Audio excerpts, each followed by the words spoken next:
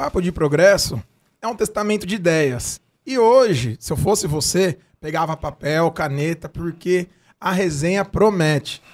Ivan Moniz é mentor, palestrante, empresário, tem um projeto super interessante para nós do Papo de Progresso, que temos 3 temas centrais: desenvolvimento humano, empreendedorismo com propósito, espiritualidade. Ivan, obrigado, que honra tê-lo aqui. Gabrielzão, obrigado. Tô acompanhando aí nas redes aí, vendo como é que tá crescendo esse papo, hein? Tá progredindo, né? Tá progredindo, graças Legal a Deus. Demais. Que bom tá aqui. Obrigado a toda a equipe aí que me recebeu super bem. Eu acredito muito nesse movimento que tá acontecendo, né? Que é o movimento do podcast. É da gente gerar valor na vida das pessoas, sabe? Então, com certeza, a gente atingindo essa comunidade que tem o Papo de Progresso, eu tenho certeza que quem ficar até o final vai pegar várias sementinhas aqui de transformação. Por que eu falo de transformação, né? Porque na minha vida existiu uma grande transformação, né? E quem estiver conosco até o final vai pegar essas chaves, coisas que realmente transformaram a minha vida, de sair lá do interior, de uma família classe média baixa, de uma família que não tinha tanta perspectiva assim, e de conseguir estar aqui na capital, né? Ter vivenciado também nos Estados Unidos, morado um tempo lá, tenho casas, negócios lá também, e vencer na vida, né? Vencer, progredir na vida. Foi um processo muito doloroso, muito dificultoso, mas que dá para chegar onde a gente deseja chegar. Então é isso que vai ser, acho que, o papo principal de hoje aqui no Papo de Progresso. Sensacional. Quando você lembra a sua infância, aquela fase, às vezes, de muita impulsividade, que quer descobrir o mundo, qual era o seu sonho ali entre 12, 13 e 14 anos? Cara, isso é uma coisa muito interessante, né? Eu não sei o porquê, eu acho que é porque eu sou caçula e eu era meio que o menino que apanhava muito dos meus irmãos, né, mais velho. Eu tive um pai muito agressivo no sentido de bocudo, de muito agressivo com a minha mãe, sabe? Um cara maravilhoso, um cara estudado, tudo, mas por ele não ter tido pai também, eu acho que sentiu essa falta e ele vivenciou muito esse negócio de estresse, por ter tido muitos filhos, outros relacionamentos, levava essa carga muito, muito difícil de vida, né? Então eu acompanhei esse sofrimento, que eu era o caçula, o mais novo, vivenciei muitos problemas familiares, né? Então eu era um menino que era um pouco rebelde. E quando você é rebelde, você tem 2 caminhos, né? Ou você vai virar um merda, um medíocre, né? Que não vai desenvolver em nada. Ou você começa a ver que, tipo assim, ou eu vou mudar o jogo, né? Ou eu vou começar a pensar em alguma coisa para ter uma vida melhor, ou não vou ter porra nenhuma na vida, né? Desculpa os palavreados aí, gente. Não, mas o português londrino é aceitável. O português é aceitável. Então, dentro disso, por tomar já essas pancadas dos meus irmãos, de não levar eu pra sair, ou de não sei o que lá, não pode ver jogo, ou não sei o que, de sofrer bullying na escola. Eu era uma criança ruiva, né, cara? Criança ruiva, você já sabe o tanto de ruivo com dente amarelo, meio gordinho. Então, tipo, cara, eu sofria bullying de tudo quanto é jeito, né? E daí, o que aconteceu? O meu pai era um cara, tipo assim, você tem que aprender a vender, desde criança, ele tem que vender. Vocês moravam onde? Só pra pegar um no gancho. interior de São Paulo, né? Cidade chamada Guaratinguetá, cidade pequena, cidade de acho que 100 mil habitantes lá. É família de Jaú. É de Jaú? Jaú, Bauru, legal. Ali. É um pouquinho pra cá, né? O Vale do Paraíba ali, que é a terra de Frei Galvão, né? Primeiro santo brasileiro. Uma terra bem religiosa, católica ali. E daí, aquela vivência que eu tinha de falar assim, cara, ou tem que dar certo ou tem que dar certo, porque não venho de uma família rica, né? Não venho de uma família classe média baixa. Eu era o último, então tava difícil, né? Porque quantos meu pai irmãos eram? Eram 5 irmãos, né? Uau. E meu pai teve 3 casamentos, tudo, então foi uma situação muito complicada. E daí eu comecei a entender que, tipo assim, cara, eu preciso me desenvolver. Eu fui aprendendo a vender ali, né? Eu fui aprendendo a entender como é que vendia. Eu sempre tive a vontade de ter um PlayStation, mas meu pai não podia dar. E meu pai falou assim, cara, não vou te dar o PlayStation, mas tá na época de Copa do Mundo, vocês gostam de futebol e tal, me deu um álbum, né? E foi meu primeiro empreendimento. Eu comecei a comercializar aquelas figurinhas, aqueles pacotinhos, jogar o bafo e tal, não sei o quê. E daí ali, cara, de tanto meu pai falar pra vender, eu peguei aquele negócio da Panini lá e comecei, eu queria completar o álbum e comecei a perguntar. Eu era o cara, sempre gostei de perguntar muito, liguei lá na empresa Panini, falei, como é que faz pra comprar as figurinhas se eu quiser completar o álbum sem ter que abrir na banca? Eu não tinha dinheiro pra ficar comprando os pacotinhos, né? Eu queria completar o álbum, era uma meta que eu tinha ali, né? E eu pego esse gancho aí, gente. Meta é pra ser cumprida, independente de qual meta. Se você começou, termina. Se você não começar e não terminar, você nunca vai ser nada na vida, né? E pegando aquele álbum, trazendo para o nosso contexto aqui, eu falei, preciso tal. E naquela troca de figurinha e tal, eu descobri um negócio ali que a figurinha brilhante, ela valia mais. Lembra? Todo mundo queria o brasão do Corinthians, o brasão da Copa do Mundo, o brasão do Brasil, da Colômbia, da porra toda lá. Pô, a figurinha normal era 12 centavos, a brilhante era R$5. Quando eu liguei na empresa, eu falei assim, mas e se eu escolher os números? Ela falou, você pode escolher o número que você quiser, qual você quiser. Aí veio aquele oportunismo assim, né? Cara, eu vou escolher só as brilhantes, então. São as mais caras, pô. Eu vou comprar as brilhantes e daí eu vendo aqui no interior. Cara, virou um negócio, porque assim, a primeira vez eu comprei um pouquinho, quadripliquei, tripliquei o dinheiro. Aí eu falei, pô, vou lá para São Paulo. Né? Quebrei meu cofrinho, fui para São Paulo, trouxe. Aí comecei a comercializar para as bancas. Eu vendia os pacotinhos. Com 15 anos, isso? Com 15 anos, com 13 para 14 anos. Via com a minha tia aqui em São Paulo, que eu tinha família em São Paulo, comecei aquela loucura. Aí eu consegui comprar PlayStation, bicicleta, tudo que eu queria. Né? Aí do dinheiro que eu juntei, sei lá, ganhei uns R$6.000 na época.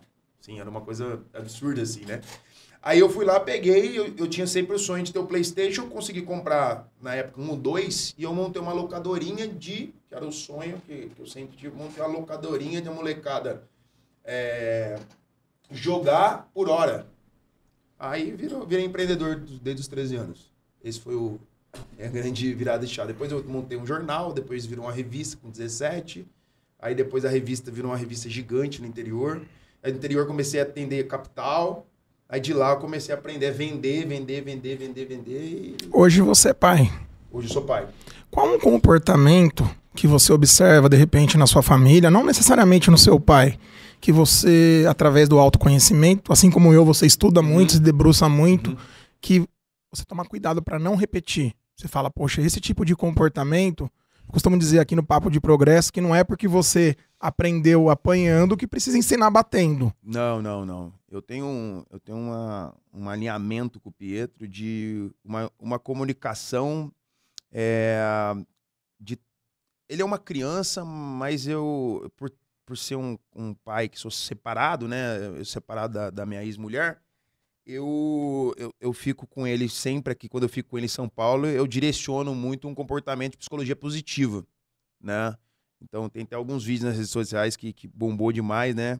Que eu falo muito pra ele, você é inteligente. Todo dia ele acorda, filho, qual que é o primeiro pensamento do dia? Pai, eu sou próspero, inteligente e você é um grande empresário, né? Então eu induzo esse comportamento nele de ele entender as coisas. Aí esses dias ele falou, pai, eu tô querendo comprar mais aquelas figurinhas Pokémon. Eu falei, cara, mas quais dessas aqui você não faz mais sentido pra você?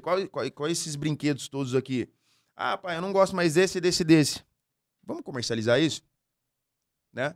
Ou vamos trocar com alguma criança que você queira, às vezes, coisa, e você fala, ó, tem uma baita de um carrinho aqui que eu não tô usando mais, e eu gostei daquele negócio Pokémon, faz sentido pra você? Pede pra mãe dele, vê se dá essa troca. Por quê? Porque daí ele já vai se induzindo num comportamento de crescimento, de aprender que tem valor aquelas coisas, sabe? De começar a ter cuidado com aquilo, né?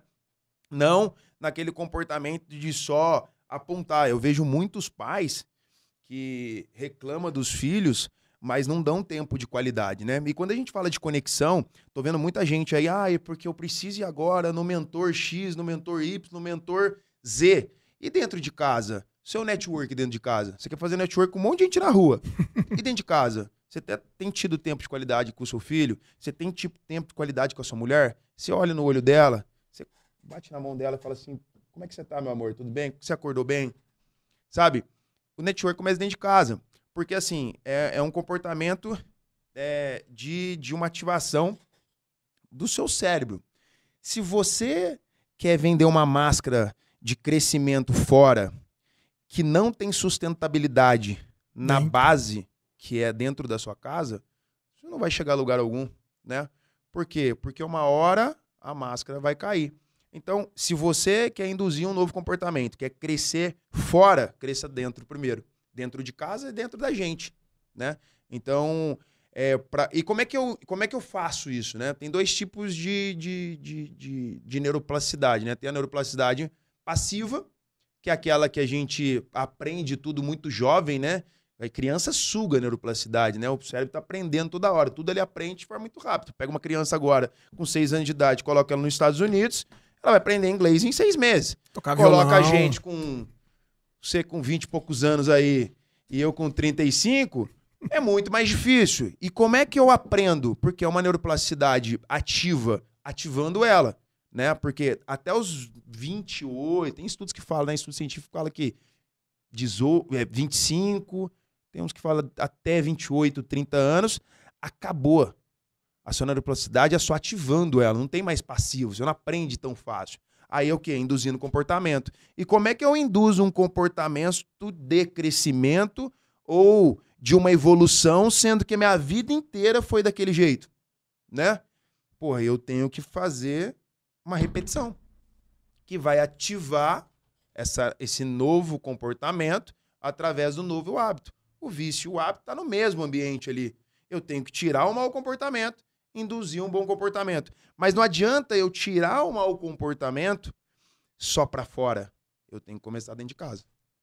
A rotina diminui a complexidade, né? Isso. É um dos grandes conceitos para mudança. E para quem está nos acompanhando, para você, espectador, um ponto importante. O que seria neuroplasticidade? Neuroplasticidade é basicamente, vou falar de forma bem simples aqui para você entender. Quando você se expõe, o cérebro nosso vai se expor a algo novo, ele está formado a se adaptar. Então, pensa comigo.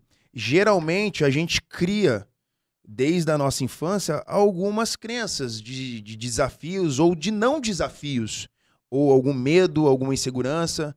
Por que você acha que você não pode fazer, por exemplo, um triatlo? Porque você acha que o seu corpo não consegue. E se você se expor àquele comportamento e tentar ir lá, nosso amigo Marçalzão aí, que tá bombando nas redes, que eu adoro ele também, que eu acompanho, vou lá nos trabalhos dele, ele ativa toda hora um processo novo de desafio. E ele consegue colocar o cérebro dele exposto àquele novo comportamento, aí ele entende que não é tão difícil assim, porque é treino. Então, se eu exponho, se eu me desafio aquilo, a chance dele, na próxima vez, ele conseguir entender que não foi tão difícil assim, é o processo de aprendizado. Então, eu exponho meu cérebro ao processo de aprendizado e acabo aprendendo. Às vezes a gente não aprende e fala, nossa, eu fui uma merda. Lógico que você está se comparando com o cara que faz teatro todo dia, mas e você que nem corria e a partir de correr? Mudanças estruturais são gradativas. São gradativas. Mas tem um ponto que eu acho interessante, você comentou que é separado. Sim. Como que foi a construção entre perrengues pedagógicos para você conseguir honrar os erros que teve no passado e ressignificar em aprendizado e não cometer eles hoje? Cara, eu tô aprendendo todos os dias, né? Mesmo com as coisas que acontecem, né? Pela imaturidade de crescimento, as coisas, até pelo transtorno que eu falei pra você que eu tenho, né? Do TDAH, eu sempre fui muito hiperativo, muito impulsivo e tal, e a gente fiz algumas escolhas que acabou eu saindo do meu eixo principal e também de ambiente, né? Você sai do interior, você vem para São Paulo, você se destaca demais, você ganha dinheiro, o que pode acontecer com você? Se você não tiver no ambiente certo, na frequência certa, você pode sair do eixo e querer viver a vida e, às vezes, até vivenciar, às vezes, uma coisa que você não viveu, né? Foi isso que aconteceu comigo. Então, como que eu tiro isso e trago isso de volta para uma nova relação? É o amadurecimento, né? Eu amadureci com tudo isso, com o meu processo de separação. Eu encontrei uma baita de uma mulher depois, maravilhosa, que me ajuda, que me incentiva, que também me acompanha em todos esses processos de crescimento. E o meu filho, para voltar nesse eixo e dar esse match, essa sintonia, eu uso a ludopedagogia, né? Eu brinco muito com ele, com o que está acontecendo. Não brincar no sentido de tirar um sarcasmo. Eu brinco no sentido de ensinar ele a aprender que relacionamentos podem também não dar certo, né? Só que eu faço isso numa brincadeira lúdica com ele, de criar uns como é que eu vou te falar? Desafios? Não, eu faço meio que uma brincadeirinha. Tem um negócio até no meu prédio lá que eu brinco, né? O vovô e a vovó, né? Qual que é o nome daquele negócio? Que você faz uma carinha fantoche. Um fantochezinho. Então eu brinco com ele aqui é o vovô e a vovó. Aí eu mostro um comportamento do vovô, que eu não acho tão saudável, com a vovó, tratando com respeito aquilo. Eu falo, tá vendo isso aqui? O que você acha desse comportamento? O comportamento aqui, às vezes, do vovô não é tão legal. Não é, né? Mas você vê, eu tô te mostrando num formato de brincadeira. Vai fazer 6 agora. Eu mostro num formato de brincadeira. Aí eu trago pro meu ambiente. Porque às vezes o menino pergunta, né? Por que você não tá com a minha mamãe? Né? Aí eu falo assim, existiu um momento que o papai, eu faço de forma lúdica ali. Eu brinco com ele e entrego o que ele quer, com a capacidade cognitiva dele de aprender aquilo de forma mais leve. Sim. Entendeu? Então eu trago desse formato. Consegui responder? Sim, sua pergunta? Muito legal, muito legal. Eu fui e voltei, não, né? Mas acho que era... Mas é importante. Eu tenho uma reflexão que acabou surgindo aqui no episódio com a Beatriz e com o Anthony. São nas ameaças que as nossas coragens são provadas. Você teve algum momento de muito desafio? Não sei qual é a sua espiritualidade. Sim. De você olhar e falar, meu Deus, será que eu vou passar por isso? Pouca gente vivenciou, né? Eu vivenciei um problema muito sério, né? Até pela essa questão da impulsividade.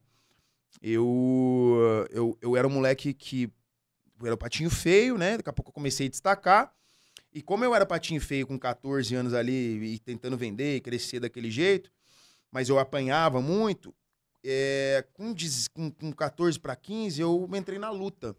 Né? Então eu fiquei um menino fissurado. Então eu saí do gordinho, me espichei e virei lutador. Então aquilo, de uma forma errada, e com os traumas que eu tinha de agressividade, aquela coisa toda do meu pai, fez com que eu me transformasse num menino que se destacasse muito no negócio, mas também que não tinha tanto limite no sentido de ser uma pessoa mais agressiva, de não levar tanto nenhuma para casa, sabe? Porque eu já estava acostumado com um ambiente meio hostil ali, de sempre briga, né, meu pai teve ex-mulher, aquela coisa meio pouco tensa, né? E eu tive uma fase na minha vida de jovem que eu não levava desaforo, né? Então, o que aconteceu? Eu passei por um processo de uma briga muito pesada, assim, que eu me envolvia no final da balada, por causa da bebida, né? Você acaba bebendo, no final de balada, o cara mexe com sua mulher, arrumei uma baita de uma confusão, aquilo virou um puta de um processo, virou um problemaço na minha vida. E o que aconteceu? Cara, vivenciei esse problema até anos atrás, por causa de uma reação que a gente tem imatura. Toda escolha traz uma consequência, Uma grande consequência. E o que eu quero demonstrar para vocês que estão vendo esse podcast aqui? Se você entende que você tem alguns comportamentos, as pessoas te avisam, ou um comportamento de ansiedade, de impulsividade, de comportamento de bebida, e você às vezes sabe que pode ocasionar alguma coisa, cara, tenta entender quem é você. Sabe, tenta estudar um pouco mais. Hoje a gente tem diversos livros, diversos conteúdos. As pessoas hoje que já passaram pelos problemas, a gente está vivendo a melhor era do mundo, que é a era que todo mundo está compartilhando problemas para você não passar pelos problemas que elas passaram. E isso faz com que você corta bastante caminho e tenha sucesso, porque às vezes um problema de uma discussão, de um problema de você, às vezes, de uma traição, ou de não sei o quê. Cara, isso aí é aquilo que a gente estava falando, que você ia falar do negócio de que tem uma parte do livro aí que... Das relações. Das relações. Porque, às vezes, o cara pode dar muito certo, o cara pode se fuder demais, né? Então, quase que eu, né, me fudi durante um período por um problema Nessa imaturo. época da treta, vamos dizer Da assim, você treta. tinha quantos anos? 21, 20 anos, entendeu? Uau. E, cara, foi um negócio, assim, absurdo, assim. E eu vivenciei um puta de um problema, mas também me trouxe pra perto de Deus, me trouxe pra essa consciência que eu tenho hoje, essa evolução que eu tenho hoje. Hoje eu vejo uma pessoa e eu hoje ensino as pessoas que não é uma conduta legal, né? É uma conduta que tem que ter respeito, que tem que valorizar sua mulher, que tem que valorizar as pessoas, tem que respeitar as pessoas. E que o cara mais inteligente do mundo é aquele que tem tempo e que também consiga contornar qualquer mal resposta ou qualquer mal comportamento, entendendo que o problema não é dele, né? Tem um filósofo alemão, né, Nietzsche, que fala muito assim, né? Esse problema vai fazer diferença daqui a um ano na sua vida? Aí você pega esse problema, uma fechada de carro, um xingamento, alguma coisa, você pega esse problema, acabou de acontecer, joga no universo. Lembra de Nietzsche aí, gente? Joga no universo, vai fazer diferença da minha vida? Não. Puta, então eu vou fingir que não aconteceu, né? E é um grande lance, né? De você pegar as coisas que acontecem na vida e não, às vezes, não dar tanta atenção, porque às vezes a pessoa tá xingando, ou tá passando por um momento difícil, ou tá... E aquela dor tá toda nela. Quando você faz a captação daquilo, você pega uma dor que não é sua. Você sabe a história do caminhão de lixo e do caminhão de flor? Conta pra mim. O menino tava pedindo pro pai levar ele no colégio, né? Uhum. Aí parou um caminhão do lado do carro do pai, e o menino ficou olhando e falou, nossa, pai, que caminhão é esse? Ele falou, é um caminhão de lixo. Aí ele olhou e falou assim, nossa, mas a pessoa, ela tá dando risada, ela tá cantando, ela tá feliz, ele tá indo trabalhar. Aí parou do lado um caminhão de flor, e a pessoa gritando, cortando. Aí o menino olhou pro pai e falou, mas pai, esse caminhão de flor que era pra estar cheiroso, bonito, a pessoa tá gritando, pois é, meu filho, cada um transfere o que tem dentro. Então, se eu consigo olhar pra você e enxergar a nobreza, enxergar transbordo, tem uma coisa que eu gosto muito, eu sou estudante Legal de teologia demais. bíblica, né? Legal. Lá em Minha mãe Eclesiastes... fez teologia. Uau! Legal. Em Eclesiastes 5 fala que às vezes a pessoa acumula Uhum. e não consegue saborear, não consegue desfrutar. Sim. Você é uma pessoa de sucesso, tem uma holding com mais de 30 empresas, tem um... Agora um pouco menos, eu fui diminuindo as empresas, mas tem a hold ainda com alguns negócios. E comentou sobre o tempo de qualidade. Eu, como mentor, às vezes encontro muitos jovens de pais ausentes. Inclusive, esse ano eu vou estar num projeto chamado Pai Presente. Eu trago os olhares de um filho de mãe solo. Como que foi para você desenvolver esse processo de conceito de riqueza? Em falar, poxa, o dinheiro é importante, ele é uma energia, ele traz liberdade, mas o tempo é irreversível. Como que foi essa jornada? Cara, foi um processo que eu vivenciei de crescimento nesse sentido, porque como eu sempre fui muito all-in, né? Eu jogo poker, né? O poker dá o all-in, né? O cara coloca todas as fichas. Então, às vezes, você coloca muitas fichas, você erra, às vezes você leva o pote inteiro para casa, né? Então, o que aconteceu? Com 24 anos, eu comprei... 24? Quando é 24, eu tô com 35? Não. 24 eu já tinha Audi TT. Uau. Que eu comprei. Não que meu pai me deu, né? Que eu fui lá e me desenvolvi e tal. Com 30 anos, com 29 anos, eu tinha Ferrari. Que eu comprei. Não ganhei de ninguém, né? Então, aconteceu muito all-in rápido, mas também já perdi dinheiro. Pô, gente, já perdi dinheiro pra cacete, já fiz negócio errado pra caramba, já quebrei a empresa. Não tô falando que eu sou o bambambam aqui, não. Mas eu posso ser bambambam em muito conhecimento, porque quando você aposta demais, você aprende demais, né? E esse é o grande lance da vida, sempre tá se desenvolvendo, sempre tá buscando esse desafio, mesmo errando, porque assim, se você... O erro, ele só tá relacionado quando você capta esse erro também. Quando você aprende com o erro já não existe mais. Sim. Você entendeu? Então, voltando à sua pergunta, eu vivenciei um transbordo, só que eu peguei essa energia e fui para uma linha que é vazia, né? Quando a gente fala do Papai do Céu, né? e eu sempre tive muito fervoroso, a minha família é evangélica, né? Meu pai não, minha mãe é muito evangélica, e de berço, mãe dela, né, evangélica. Minha mãe fez teologia em Londres, foi ser missionária, 2 anos lá e tal. Uau. Qual o nome dela? Clemência, né? Fez instituto e tal. Então, eu sempre tive aquele negócio fervoroso. E o filho de crente geralmente tem o momento fervoroso de criança, depois ele vira rebelde, né? Ele sai, depois ele entende, porque a mãe ora tanto que uma hora volta pro rebanho, né? Não tem como se perder, né? E daí, nesse processo, eu vi que eu tava perdido do rebanho, né? Que eu tava me perdendo pra ganância, que eu tava fazendo só... o meu olhar já não era mais espiritual, o meu olhar era financeiro só. E deu cara, deu um vazio, um certo momento, você tem tudo, mas ao mesmo tempo você fala assim, cara, eu tenho tudo, mas quem que são os meus amigos aqui mesmo? Quem que são as pessoas? Aonde eu tô me envolvendo aqui, sabe?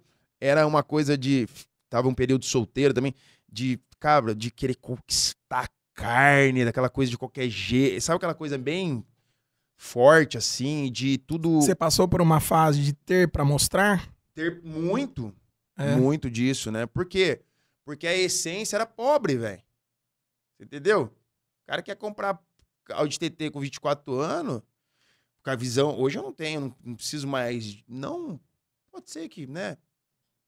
Mas como eu vivenciei muito lá atrás isso, o cara quer pra mostrar que venceu na vida. Mas molecão, sai do interior.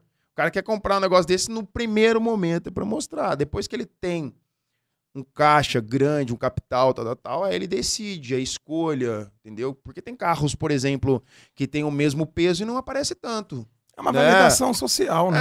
É uma coisa social, e também, assim, tá podendo, né, fazer, tem que desfrutar também, né? Gosta de carro, compra o carro, não é só...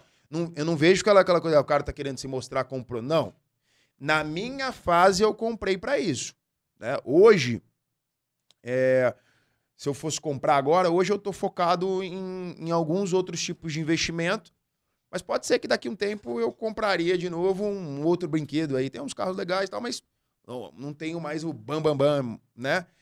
Porque mudou um pouco pra mim uma modelagem. Hoje eu quero tempo de qualidade, né? Que volta que a gente começou a conversar. Hoje eu quero poder, se eu quiser, né? Tenho muitos amigos que vivenciou esse processo meu, gananciou, tudo dinheiro e ter que acordar aí com aquela loucura e não conseguir ter esse desfrute com o filho, com a família, com esse tempo, sabe? Hoje eu já prefiro, eu já acordo cedo porque eu quero ter uma rotina muito produtiva, mas se eu quiser acordar, por exemplo, às 10 eu acordaria, eu faria uma sauna, aí eu vou pra academia, aí faço o que eu quiser e tá tudo bem, entendeu? Porque senão eu não tô virando mais escravo do dinheiro, né? Então hoje eu busco mais isso porque eu acredito que tá mais a minha vibe desse momento, sabe? E tá tudo bem, é o que eu visualizo hoje. E se eu pudesse falar pra quem tá passando por um processo, viva, cara. Sabe? Não, tipo assim, tá com vontade de compra, cara. Tenha, porque seria muito escroto da minha parte falar pro cara que tá ganhando uma grana agora, ele tem vontade de comprar, falar, não compra não. Porque eu já tive, então assim, pra mim hoje não faz, depois que você já tem, meio que é uma coisa nossa, Minha né? avó uma vez falou uma coisa pra mim que me marcou bastante. Onde tá o nosso coração, tá o nosso tesouro. Pra você, qual é a diferença pra riqueza e prosperidade? Como você diferencia? Cara, eu acho que assim, prosperidade pra mim tá no olhar, tá em como você vê a prosperidade, né? Prosperidade pra mim é tempo de qualidade, né? Prosperidade pra mim é relacionamento. Prosperidade pra mim é isso aqui.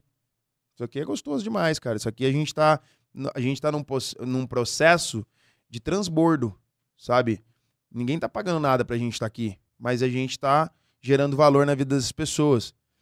Isso é próspero, isso é prazeroso, né? A riqueza é algo que se você entender ela na raiz, um conceito espiritual, de que você é rico, você já é rico, sabe? Você acredita na lei da atração? Demais. Que nada mais é do que... O que é lei da atração, gente?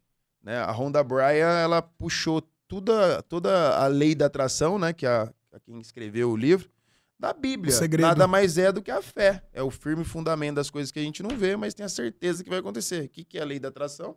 É você ter a certeza que aquilo vai acontecer. Né? É a fé. Sensacional. Então, o que a pessoa fez?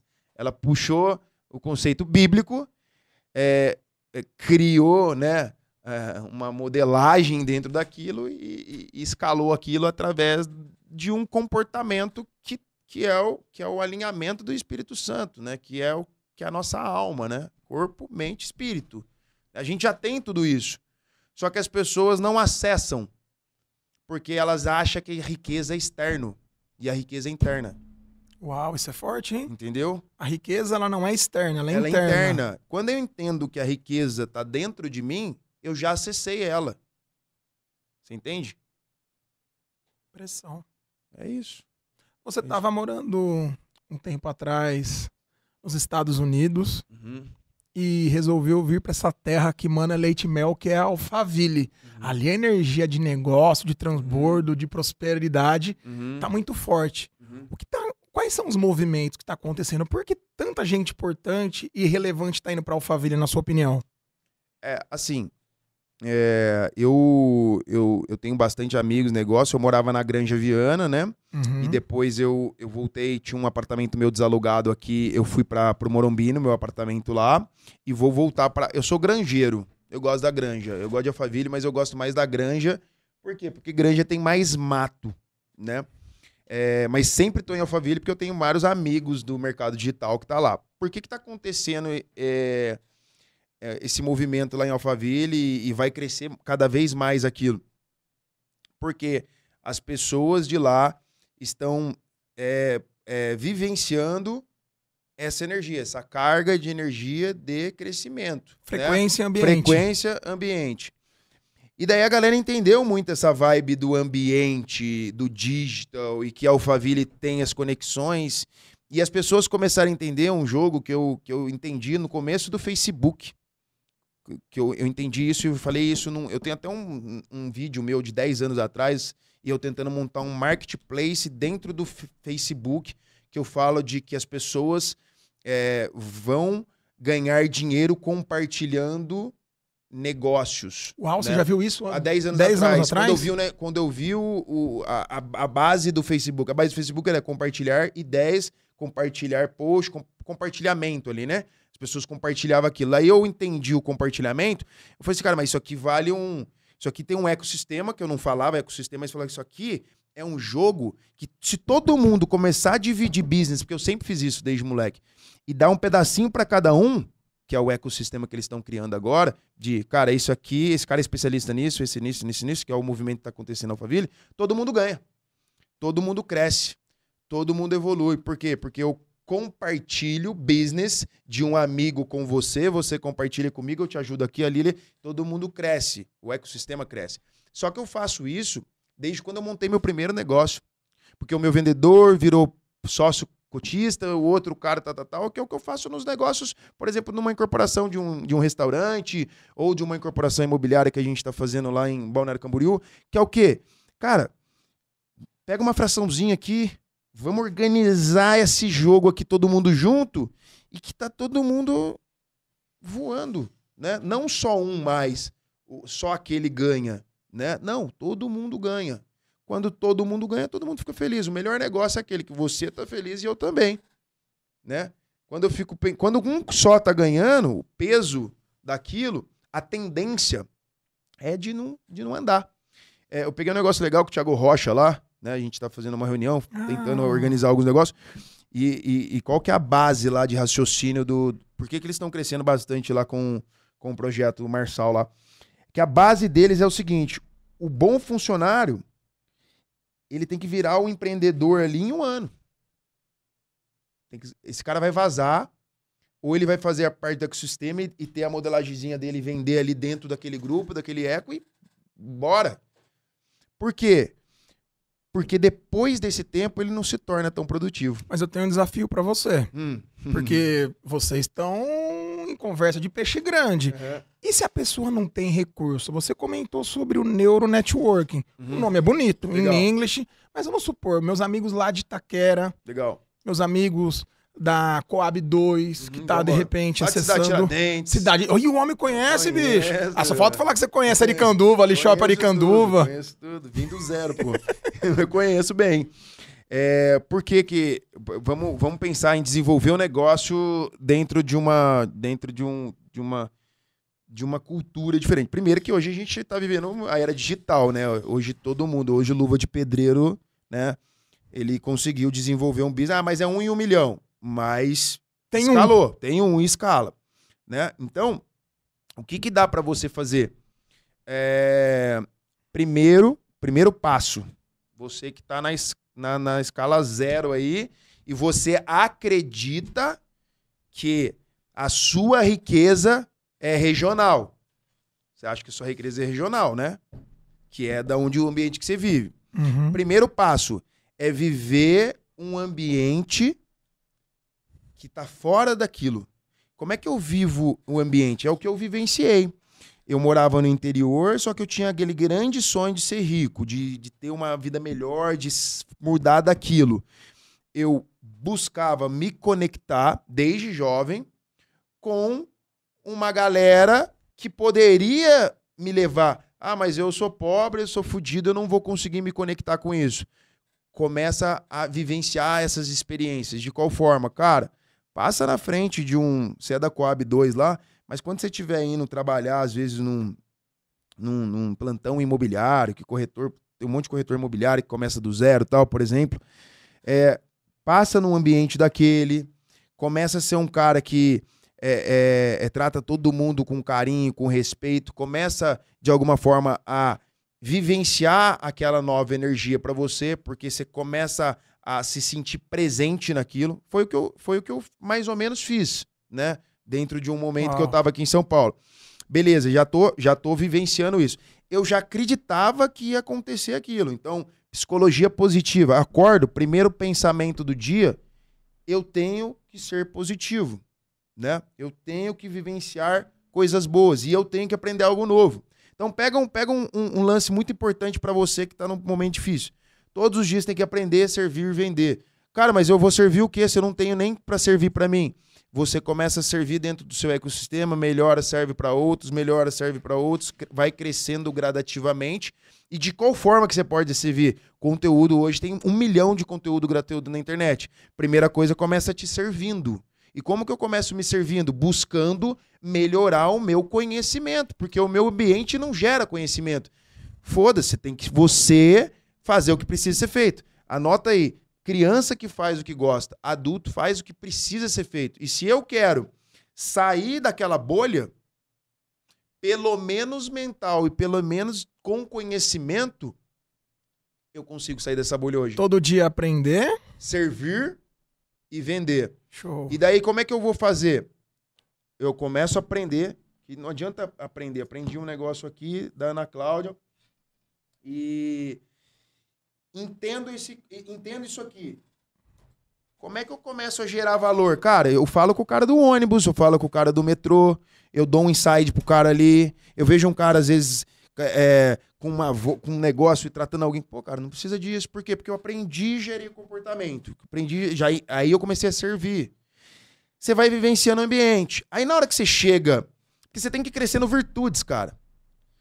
Porra, teve uma dificuldade, nasci numa família foda, difícil, vou tentar crescer minha virtude, vou tentar crescer meu crescimento intelectual. Porque daí, com o tempo, que não vai ser do dia pra noite, eu vou me mostrando. Mas aproveita também o digital, as coisas que a internet proporciona e tenta colocar isso. E quando você entende que conhecimento intelectual, vivência, que está disponível para você, e você começa a acessar isso, você entende também que vai acontecer de que, quando eu entendo e aprendo com isso, automaticamente eu busco lugares melhores, automaticamente eu vou começar a ser visto de forma diferente por pessoas diferentes. Conceito de excelência, né? Conceito de excelência. Gente, eu tenho um recado para dar para vocês. esse papo tá bom, tá com gosto de quero mais, só que jogo bom passa rápido. Esse gostinho de ar fica no coração. Ivan, para finalizar, para quem tá escutando esse nosso podcast, vendo, quando você desacelera, e você tem também um projeto de um podcast, né? Gente, aproveitar e até deixar aqui para vocês, né? O Donation Cast, você tá convidado para Essa é uma honra. com a gente. O Donation Cast é o primeiro podcast do Brasil que todo mundo doa, né? O cara que tá indo ser entrevistado, ele tá doando o tempo dele. Eu que tô lá, tô doando por estar, né, gerando valor, que é mais ou menos o que a gente tá fazendo aqui. Mas eu sou embaixador lá da ONG Florescer, da mãe da Karina Bach, e a gente tá com outros institutos também, inclusive se tiver algum instituto parceiro que possa trazer pra gente, que dentro desse programa fica um QR Code de uma ONG e quem gostar do conteúdo faz doação direto para o instituto, para a ONG, né? Então, o primeiro podcast do Brasil que todo mundo doa, né? E chama Donation Cast. Eu lancei esse podcast o ano passado, primeira temporada, e de primeira mão, ninguém sabe disso ainda, podcast vai virar um canal de televisão, TV aberta agora com o podcast. Estamos indo para Com Brasil TV. Obrigado, pessoal da Com Brasil, ter convidado. Assinei com eles antes de ontem. Então vai ser o primeiro podcast TV com doação nível nacional, TV aberta aí, com um programa de incentivo. Deus abençoe vocês. E a gente vai entregar também dentro disso, vai ter os embaixadores, né? Os embaixadores em vários lugares do Brasil, onde esse ecossistema de crescimento e expansão não é só o Ivan entrevistando, né?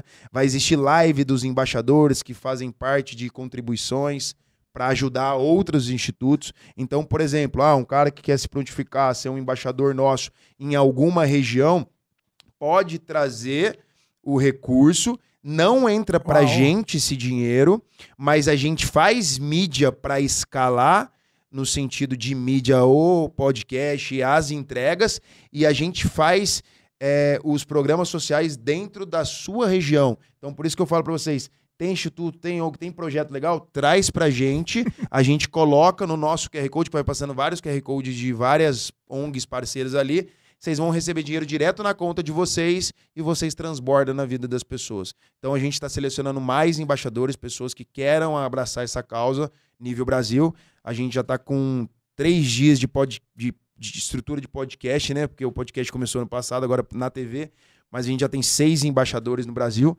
né? Já tem mais de 5 patrocinadores para o programa da TV em si, que é realmente uma grande corrente do bem. Você grava com quem? Eu faço as entrevistas, né? Lá o programa. E a gente, na primeira fase do programa, né? Então, os primeiros 30 minutos sempre um player muito grande no mercado, porque eu carrego essa carona digital. Sim. No sentido de escalar melhor ainda, porque quanto mais escalar o podcast, mais doação vai ter, mais pessoas vai ser impactadas. E na segunda fase do programa a gente traz pessoas que estão em processo de crescimento, empresários que também ajudam na causa e também ajudam nisso. E a gente vai ter um programa dentro dele de business, dentro de uma parte do programa, que é um programa um pouco mais extenso dentro da TV, de business no sentido onde a gente vai falar muito de mercado imobiliário, falar mercado ISG, que é mercado sustentável, né?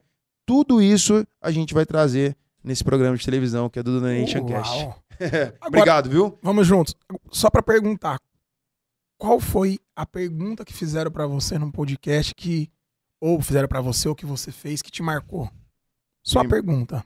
Uma pergunta inteligente. Pergunta inteligente? Eu vou fazer um pouco diferente disso. Eu vou devolver para você.